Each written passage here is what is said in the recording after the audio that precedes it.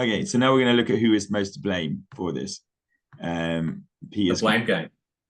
okay. Peter's this one of the other essays didn't come up. Peter's going to make a quick case for why the colonists are more to blame.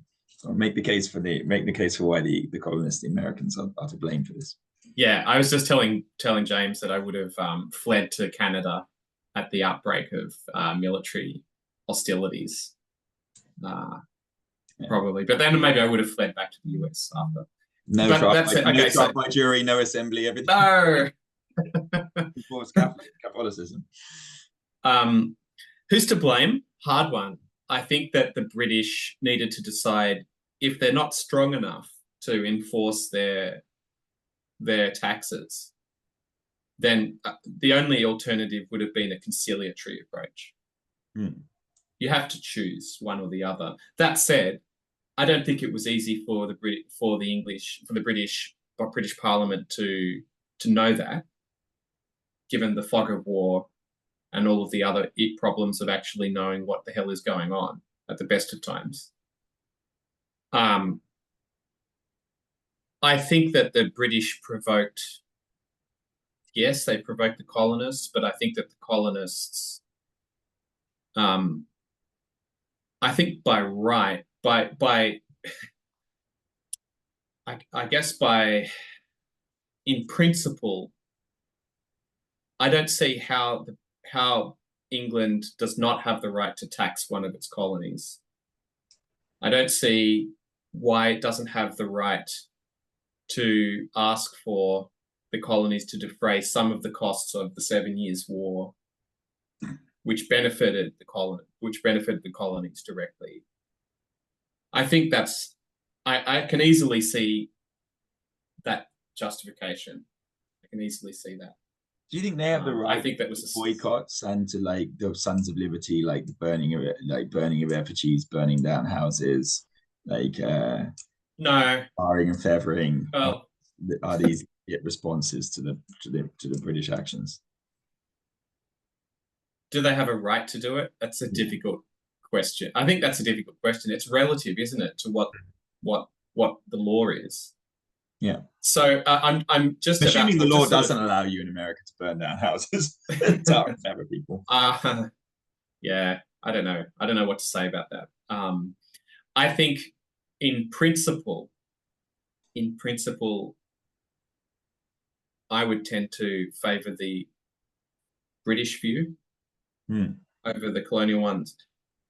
I think, though, that the British made terrible strategic errors, which they have to live up to, which is irritating your colony, provoking them, then backing down, appearing weak, and then when tempers had risen sufficiently, really provoking them by trying to enforce what you weren't willing to enforce before. I think that British policy is all over the place. It doesn't trace a very consistent line. And on a Machiavellian, on a strategic level, yeah, I think better policy from Parliament could have changed things. Although I understand why. I understand how easy it would be to make these kinds of mistakes. That's my answer, I think. Do you think there's a fundamental problem as well? I've just seen about the idea of colony. Do you think the Americans saw themselves as colony? Or do you think they saw themselves as British and the British saw them as colonies? And that might be a fundamental problem as well. I think this changes. Yeah, I think this changes. I don't think anybody in 1763 would ever have imagined the Declaration of Independence or some kind of revolutionary war. I think they would have laughed if you'd said that to them. I think that consciousness of their different situation, of their united interests, apart from Britain, emerges and really develops dramatically from the time of, from 1763 or 1764 to the point of to the point of revolution. So by the time we get to the 1770s, say. So what does it mean to be an American? What does it mean to be living in the colony? I don't think there's a stable understanding of that. I think it's dynamic. Yeah. You still going to put some blame on the Americans for throwing the tea in the harbor, then? Oh, that's my whole reason why I'm so angry, James. I'm joking. But I think on principle, the American case is weak.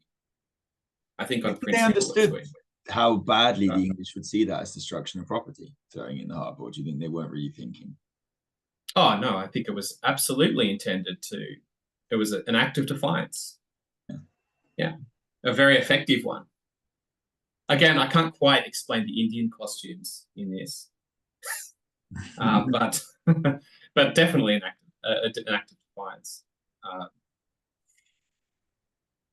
Yeah, I don't know. I'm sure there must be some link to that. There must be some reason why Samuel Adams came up with it. I just what I definitely think is that the popular notion that you have these sort of patriotic revolutionary spirits out there to guarantee freedom and equality, that kind of very romantic notion is not very accurate. No. I don't think that's the case. Do you think the American boycotts really irritated the British as well? Because the British are so obsessed with money, and the taxation was designed with the money. Do you think it was the boycotts rather than the American principle? No, I think that Britain had the problem of any great power, which is you have so many interests spread about the world. And in any one of those cases, if you're shown to be weak, your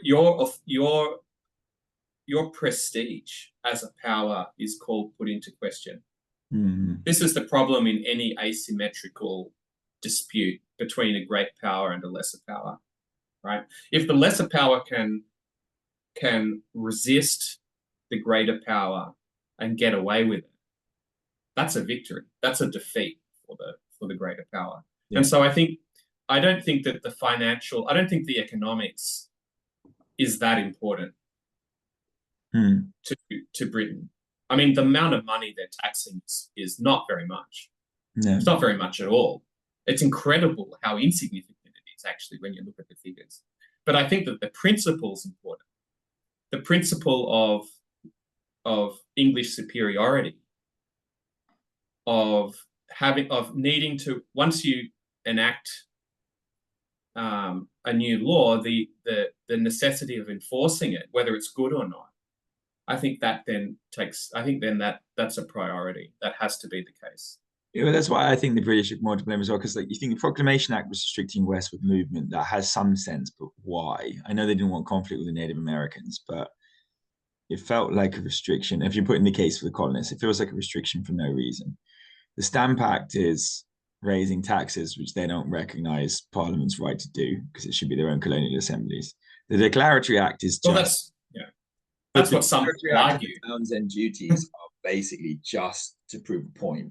So they don't actually have any benefit whatsoever, or at least the Stamp Act partially raises some money. Then you've got the Boston Massacre, like actually killing civilians. And then you've got the Intolerable Acts and the Quebec Act removing what they see as habeas corpus, what they see as, right to fair trial, removal of your democratic assemblies, removal of everything. So all these British actions are designed to inflame the colonies. By that point, they should have known what was going on.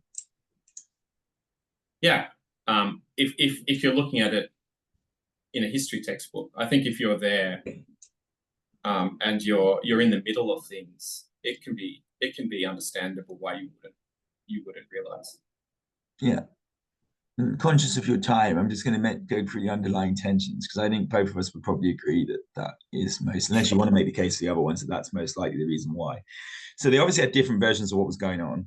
So I don't think they were ever on the same page as what was going on. The only man who seems to have known what was going on is Edmund Burke. Other than him, I don't think anyone else seems to have had a clear idea of what was going on between the two sides. The fact they have a different agreement on whether they're colonies or not, they have a different agreement on. I think the fundamental crux problem is their difference of opinion on the power dynamic. the parliament for the British is superior to the colonial assemblies, and for the colonials, they're the same. And I think that fundamentally, unless you agree on which one of those two versions is correct, conflict is inevitable. Because you don't even have a concept of what the reality is going on there. So I think the conflict was inevitable anyway. Restrictions of mercantilism, I think that the northern colonies were chafing under that. I don't think it's any coincidence that it's Boston that rebels mostly, because I think they were suffering from wanting to manufacture, do stuff. Mercantilism wasn't benefiting them. Different understandings of salutary neglect as well. The idea that the colonists thought they'd always be left to their own devices, and the British just weren't really doing it because of the practical level, but there was no, there was no theoretical gift of those powers to the colonies. And then the idea of no taxation without representation, coming from the idea that they didn't want to be represented. They knew they couldn't be represented. The British knew that. The Americans knew that. Giving them representation would have made Britain an American colony eventually. So, and that desire for westward expansion was still there, and it still is fundamentally part of the American character, and they were always going to go westward. The key to this, I think, as well, is why it's underlying tensions. When the Americans get independent, they still have the same problems, and they come up with the same solutions that the British had. Yeah. So fundamentally, the problem. So there's some ironies here. Don't change. Yeah, the irony is, but then they accept it because it's their own people. But even then, there's the rebellion against no taxation, even after they accept the principle that their own parliament's running it. But I think that's right. Exactly. Yeah, and I think that calls into question some of the reasoning here. Yeah, go on. Why? We got 6 minutes. Because it's a radical principle. That's actually the more radical colonists apply it to their own state legislatures. Yeah, and get squashed. Where do you draw the line? Yeah, and they get squashed. The radical element of this, because once the revolution, that reinforces your idea that it was a power grab. Once they got it, they shut it down. It makes you suspicious, doesn't it? Yeah, a little suspicious. And we'll talk about this in Unit 4, because we'll do all of that in Unit 4, so it'll be like that, so we get to it. But do you agree then the underlying tension was the main reason to blame, that neither the British or the colonists really are to blame? Well, underlying more to blame colonists if I had to pick between the two, but I think the conflict was inevitable because they just don't have the same concept of their own reality. Yes, you have a misunderstanding, but you also have two very, very different situations, two very different points of view. Yeah. And different interests at stake too. So I'd be inclined to that. Who was more to blame for the worsening of relations? What are you going with in the end then? Britain, colonists, or the underlying tension? I would say underlying tensions, but I would preface it with this qualification that I think the underlying tensions develop. I don't think it was the same in 1763 as it was in 1773. No, I think they were always there, but the events exposed them one by one. So I would say these tensions are always there because they didn't know they existed. And that's why I think they're underlying tensions, is that they didn't had these differences of opinion until the reality exposed them one by one. So the tension is really the tension's not necessarily conscious. I think that's an important point. No, I think that any of them did. Like that's why 1760. It's only the ending of the 7 Years' War that reveals all these differences. Beforehand, the French kept them together. Exactly, that's right. But I think these tensions exist. They exist because the interests of the colonists are different to those of the mother country. Yeah. And I think those differences only become apparent as this conflict develops over the 10 or 15 years. Yes. Until you get to the point where the understanding has completely changed and you have a revolution. Yeah, that goes. Edmund Burke, I think, was bang on it when he said it in that the colonists had discovered that the British were tyrannical, and the British had discovered that the colonials were rebellious, when probably they are that because of the other side rather than that's right. And the key word is discover. Yeah. They didn't know that before, right? No. It wasn't apparent to them. No, none of these things were, because they just thought they were very happy. Both of them were very happy in the world they were living in. Unfortunately, it was not the world the other side was living in. Yeah. Yeah. It's like a marriage that suddenly realize it's all been a sham. Just all these tensions come to the fore, some events come in and they separate out. But yeah, so Yeah, exactly. underlying tension Exactly. is important. I think so. I think this was inevitable. Once they realized the differences, if they didn't get on the same page and they were unable to accept the differences, you know what I mean? They were unable to accept the other, neither side was willing to accept the other side's perspective or position. And once you get that in an argument, conflict is inevitable. Right. Without, I think your qualification's correct, without a common enemy to put those differences behind, on a low priority.